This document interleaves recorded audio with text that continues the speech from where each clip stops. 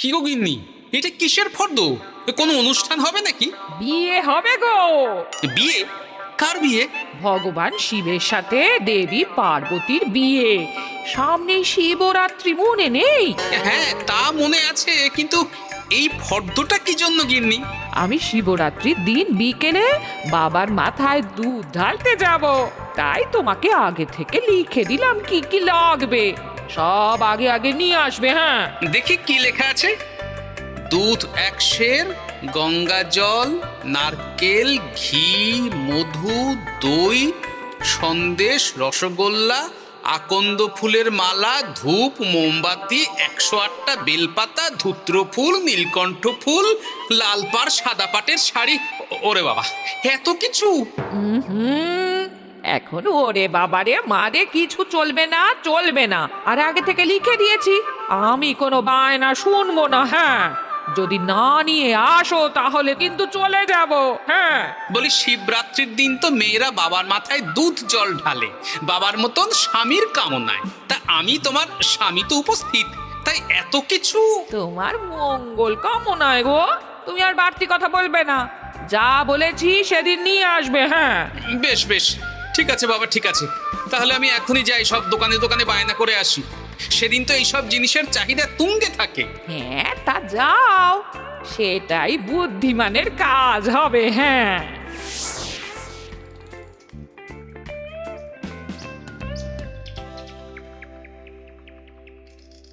আরে এই তো পুটির বাবা, সকালে রাজসভায় গিয়েছিলে কিন্তু তেমন কোনো কথা হলো না। হ্যাঁ গোপাল দাদা, এখন কি যে করি। ঠিক আছে ঠিক আছে, আমি দেখছি কি ব্যবস্থা করা যায়, বুঝলে। ঠিক আছে গোপাল দাদা, একটু দেখো, বুঝতেই তো পারছো অভাবের সংসার। হ্যাঁ হ্যাঁ, কোনো চিন্তা করো না।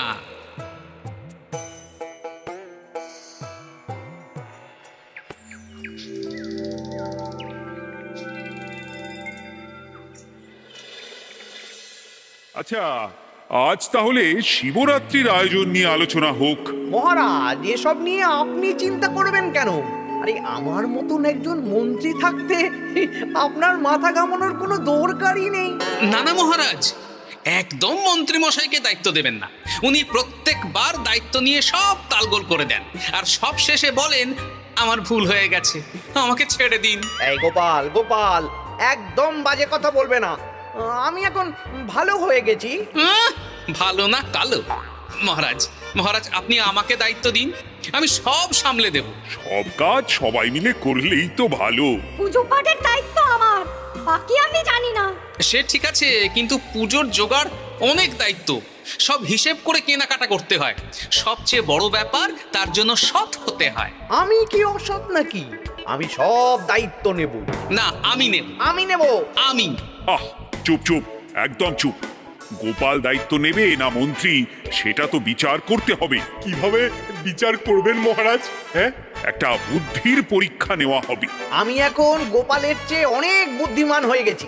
তাহলে তো ভালো, তুমি গোপালের বুদ্ধির পরীক্ষা নাও।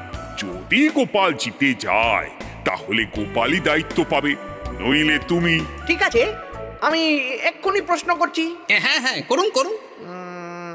হ্যাঁ, এমন কি জিনিস যা তুমি যতই খাও পেট ভরবে না? বাবা, মন্ত্রী কি প্রশ্ন করলে! গোপাল, বলো বলো বলো। এবার জমবে মজা। বেশ, তাহলে বলি। হ্যাঁ, বলো বলো। উত্তর হলো বাতাস, যতই খাও পেট ভরে না। গোপালের কি বুদ্ধি! ও মন্ত্রী মশাই, এই গোপাল তো প্রথম দানেই বাজিমাত করে দিল। হ্যাঁ, প্রথমটা তো সহজ ছিল। ঠিক আছে, এতই যদি বুদ্ধিমান হও তাহলে আরেকটা পরীক্ষা দাও। হ্যাঁ মন্ত্রী, বলো। এবার আপনারা একটু অপেক্ষা করুন, আমি আসছি।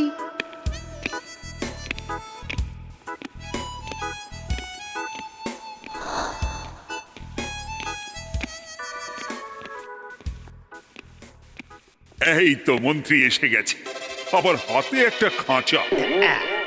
এই নাও গোপাল, এই খাঁচায় একটি অদৃশ্য মুরগি আছে। তুমি যদি বুদ্ধিমান হও তবে এর মাংস রান্না করে আজ নৈশভোজে মহারাজকে খাওয়াতে হবে। যদি না পারো, দায়িত্বের দও পাবে না। বেশ, তাহলে দিন, আমি রাতেই আসছি, রান্না করে নিয়ে আসছি। আপনারাও সবাই হাজির থাকবেন কিন্তু।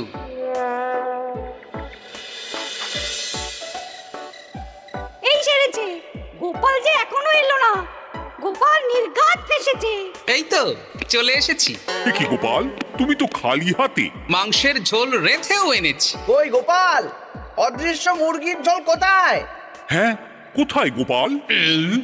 আহা, মহারাজ, অমন সুস্বাদু মুরগি আমি আগে কখনো খাইনি।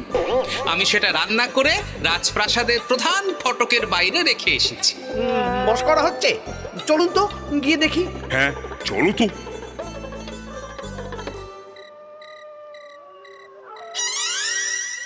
এ কি, এখানে তো কিছুই নেই, আমি তো দেখতে পাচ্ছি না। আমরা তো কেউ কিছু দেখতেই পাচ্ছি না। কোথায় কোথায় মাংসের ঝোল? আরে মন্ত্রী মশাই, অদৃশ্য মুরগি রান্না করলে ঝোলটাও তো অদৃশ্যই হবে। আপনি দেখতে পাচ্ছেন না, মানে আপনার মনে পাপ আছে, নইলে আপনার চোখের সমস্যা। মহারাজ তো ঠিকই দেখতে পাচ্ছেন, তাই না মহারাজ? এই রে, গোপাল তো মোক্ষম জবাব দিয়েছে। হ্যাঁ হ্যাঁ, চমৎকার ঘ্রাণ বেরোচ্ছে। মন্ত্রী, তুমি দেখতে পাচ্ছ না কেন? ইয়ে না মানে ঠিক আছে ঠিক আছে, পাচ্ছি, দেখতে পাচ্ছি। একটু ঝাপসা লাগছে, মনে হয় চোখ দেখাতে হবে। তার মানে গোপাল তো মন্ত্রী মশাইকে পরপর দুবার হারালো। আর একটা সুযোগ দিন মহারাজ, শেষ সুযোগ। বেশ, দিলাম। গোপালের কিন্তু বিশাল বুদ্ধি। মন্ত্রী, দেখো তো তুমি পারো কিনা, আর এটাই শেষ সুযোগ। মহারাজ, গোপাল যদি এতই বুদ্ধিমান হয়, তবে ও কি বলতে পারবে কাল ভোরে আমার মনে প্রথম কোন চিন্তাটা আসবে? এটা তো খুবই সহজ কথা। কাল ভোরে আপনার মনে প্রথম চিন্তা আসবে মহারাজ যেন দীর্ঘজীবী হন এবং রাজ্যের উন্নতি হোক। এই সেরেছে, এবার তো মহা ফাপড়ে পড়লাম। আমি যদি বলি না, এটা আমার চিন্তা ছিল না, তবে মহারাজের কাছে করদান যাবে। আর যদি বলি হ্যাঁ, তবে গোপালের বুদ্ধির কাছে আমাকে হার মানতে হবে। কি মন্ত্রী, বলো। হ্যাঁ, ঠিক বলেছ গোপাল, এটাই আমার চিন্তা ছিল। সাবাস গোপাল, সাবাস, কি তীক্ষ্ণ বুদ্ধি। তাহলে এই বুদ্ধির পরীক্ষায় বিজয়ী হলো গোপাল। জয় গোপালের জয়। তাহলে শিবরাত্রির পুজোর আয়োজনের দায়িত্ব এবার গোপালের।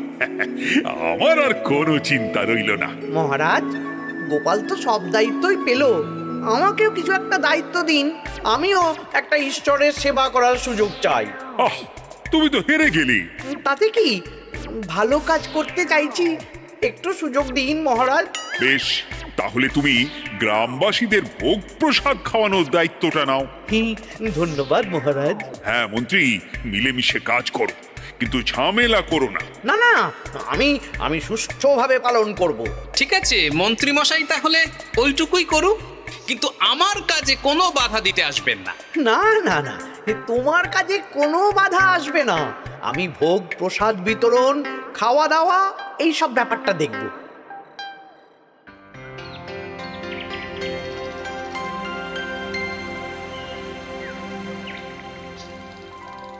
বলুন মন্ত্রীমশাই, সকাল সকাল ডেকে পাঠালেন। শোন বটাঘটা, এবারে শিবরাত্রি উপলক্ষে যে ভোগ প্রসাদ জনগণের উদ্দেশ্যে বিতরণ হবে, তার পুরো দায়িত্বই আমার। তাতে কি, মহারাজ আয়োজন করেন আর সব রাজ্যবাসী বিনামূল্যে খেয়ে যান। সেই প্রথা এতদিন চালু ছিল, কিন্তু এবার একটু অন্যরকম হবে। কিরকম কিরকম? তোরা দুজন আমার নাম করে সব গরিব প্রজাদের কাছ থেকে ভোগ খাওয়ার জন্য চাঁদা তুলবি। শিব পুজোয় চাঁদা? হ্যাঁ দাদা, না মানে ঘটা, খুব সামান্য। বাড়ি আর দোকানগুলোয় যাবি আর মাথা পিছু 1 আনা করে তুলবি, কেমন? বেশ, তারপর বলবি ঢালাও খাওয়ানো হবে, এলাহি আয়োজন। আচ্ছা ঠিক আছে। তবে ভুল করেও কোনো রাজসভাসদদের বাড়ি থেকে বা মান্যিগণ্যি লোকের বাড়ি থেকে এই চাঁদা তুলিস না যেন। না না, বুঝতে পেরেছি, তুলবো না। বলবি সারা রাত পুজো হবে, পরের দিন সকালে হবে প্রসাদ বিতরণ।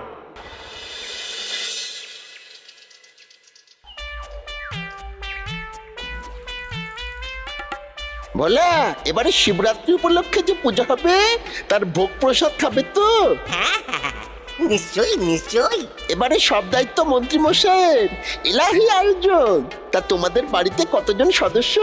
আমি আর আমার গিন্নি দুজন। তাহলে দুয়ানা দাও, এক আনা করে দুজন। আবার অর্থ দিতে হচ্ছে? হ্যাঁ, এলাহি আয়োজন, তাই এই সামান্য অনুদান। আচ্ছা বেশ, এই নাও দুয়ানা।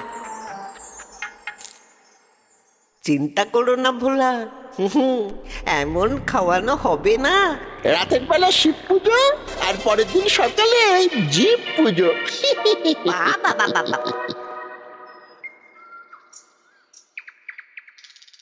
সব দোকানে দোকানে আমি যাচ্ছি, আর তুই লোকজনের বাড়ি বাড়ি যা। বেশ। রে কত হলো? অনেক হয়েছে মন্ত্রী মশাই, এই দেখুন। বাবা বাবা বাবা, এক আনা করে নিয়েই তো থলে ভরে গেছে। হ্যাঁ, এবার হবে মাছের তেলে মাছ ভাজা। মহারাজও ভোগের আয়োজনের জন্য আজকে মোহর দিয়ে দিয়েছেন। তার মানে তো আপনার মুনাফাই মুনাফা, লাভই লাভ। আমাদেরকেও কিছু দিন। দেব, এখনো কাজ বাকি আছে।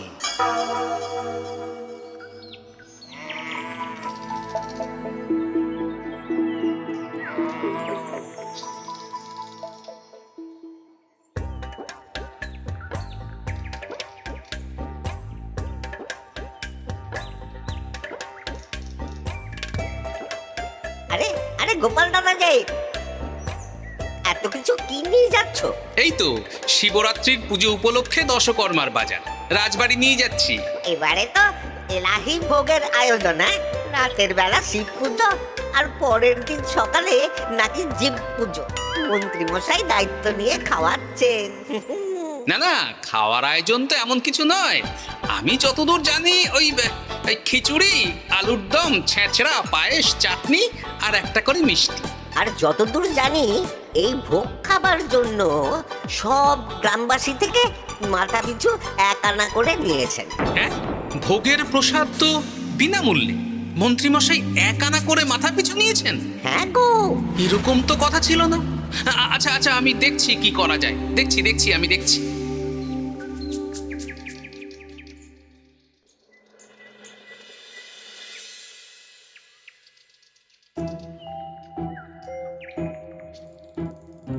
ভায়া, বলছি তোমার কাছে মন্ত্রীমশাই এসেছিলেন?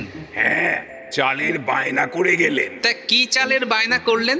খুবই সাধারণ চাল, আমার দোকানে সবচেয়ে কম দামি চাল বলতে পারো।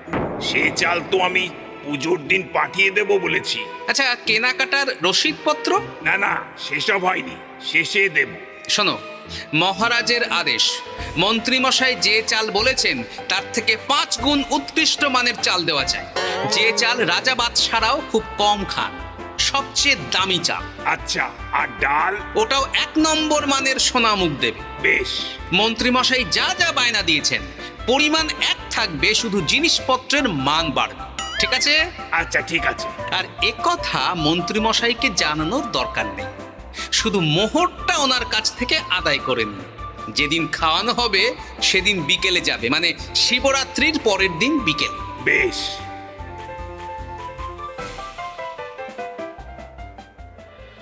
নাও ধরো গিন্নি, যা যা বলেছিলে সব কিনে এনেছি। এবার আমি মন্দিরে গেলাম, কেমন? ঠিক আছে গো, তুমি কি ভালো। দীক্ষেতা, চললাম এখন ভিড় সামলাতে।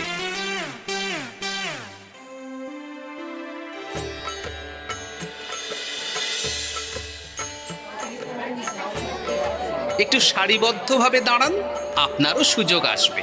বাবা কাউকে ফিরিয়ে দেবে না। দেখো মন্ত্রী, দেখো গোপাল কি সুন্দর ভিড় সামলাচ্ছে।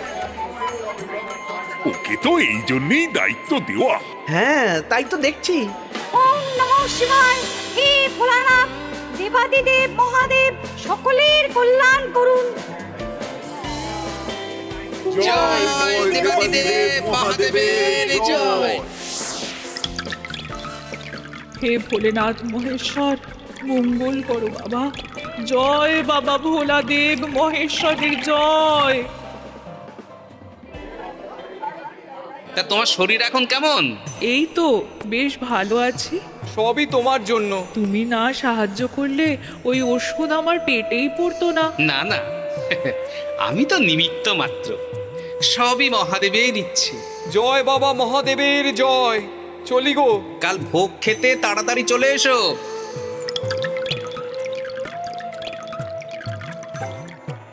জয় দেবাদিদেব মহাদেবের জয়।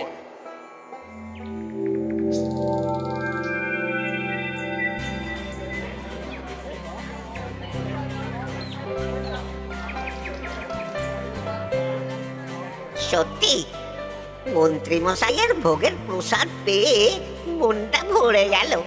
কি সুন্দর রান্না, আর খাবারের গুণমান কি ভালো। তার ওপর রসগোল্লা কত বড় বড়। এত বড় রসগোল্লা খাওয়া তো দূর, বাবার জন্য চোখেও দেখিনি।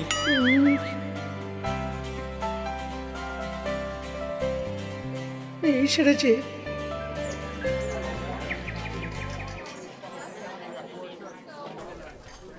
এই যে পাচক ঠাকুর, শোনো। বলুন মন্ত্রী মশাই, আজ আমি খুব খুশি। কেন? আপনি মহান। কেন? মানে আপনি যে চাল পাঠিয়েছেন সে চালে রান্না করা আমার স্বপ্ন ছিল। কি গন্ধ, কি গুণমান, রাজা বাদশাদের চাল বলে কথা। আমি তো খুব সাধারণ মানের চাল দিতে বলেছিলাম, 30 আনা সের মূল্যের চাল। কেন, নবাব বাদশাদের ঘরে এই চালটা থাকে। তাই? কোথা থেকে এলো? কেন, চালের দোকান থেকে এসেছে। মিষ্টিও দারুণ, রসগোল্লা তো নয়, যেন যেন একেবারে বড় বড় রাজভোগ। কি আকার, কি গুণমান, কি স্বাদ। আহা, দেখুন দেখুন দেখুন। বাবা, ভোলা এত বড় রসগোল্লা দিয়েছে। ঠিক আছে, যা হচ্ছে হতে দে। আমি তো চিন্তায় পড়ে গেছি।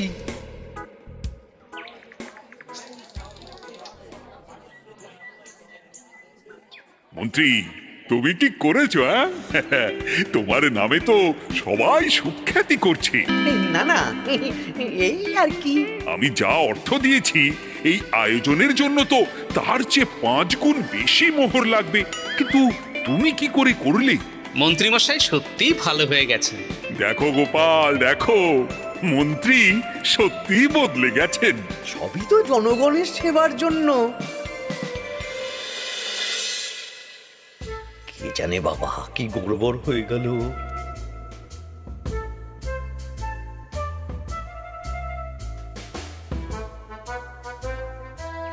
মন্ত্রী মশাই,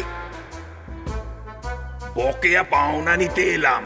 আপনার মোট হয়েছে চালের 350 মোহর, মুগ ডালের 250 মোহর, আর মশলাপাতি 100 মোহর। বলো কি? মন্ত্রী মশাই, ওই আপনার মোট বকেয়া 300 মোহর। আর আমার এই 150 মোহর। হ্যাঁ, চলুন মহারাজ, একটু মন্ত্রীমশাইয়ের বাড়ির দিকে ঢু মেরে আসি। চল। চলুন, ওনাকে গিয়ে ধন্যবাদ জানিয়ে আসি। এই না না না, আরে আরে আমি কি করে দেব? আমি কি চন্দ্রমুখী আলু দিতে বলেছিলাম? আমি কি করে দেব? না না, ও আপনাকে দিতেই হবে। হ্যাঁ, কি বলছো মন্ত্রী? তুমি এত ভালো কাজ করেছো, এত বড় মুখ করে সকালে বললে যে সবই জনগণের সেবার জন্য। আরে আমি কিভাবে জানবো যে এত খরচ হয়ে যাবে? কেন মন্ত্রীমশাই, আপনি তো গ্রামবাসীদের থেকে অর্থ নিয়েছেন, মাথা পিছু 1 আনা করে। হ্যাঁ, মানে এই সব তো কথা ছিল না। এই ছেড়েছে, গোপাল কি করে জেনে গেল? এসব কথা কি আর চাপা থাকে? আর সেই জন্যই তো আপনি ভালো মানের খাবার খাইয়েছেন। সত্যি তো, যে মানের খাবার খাওয়ানো হয়েছে তা কৃষ্ণনগর কেন, আশেপাশের কয়েকটা নগরের লোকও এই জিনিস চোখে দেখেনি, আর তাই তুমি অর্থ আদায় করেছো। না মানে, আমি বুঝতে পারছি না, আমার অনুমতি ছাড়া এগুলো হলো কি করে? মন্ত্রী মশাই, বকেয়া পাওনা দিন, নইলে খারাপ হয়ে যাবে বলে দিচ্ছি। হয়ে গেল, আমি ভিখারি হয়ে গেলাম। অগিন্নি, মোহরের থলেগুলো নিয়ে এসো, গয়নাগাটি নিয়ে এসো। আমাকে পথে বসিয়ে দিল। কে কে আমার এত বড় সর্বনাশ করলো? আমি মন্ত্রী মশাই, আমি।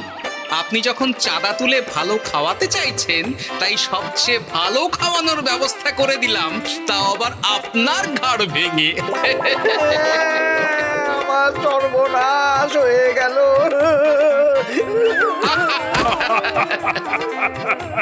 জয় মহা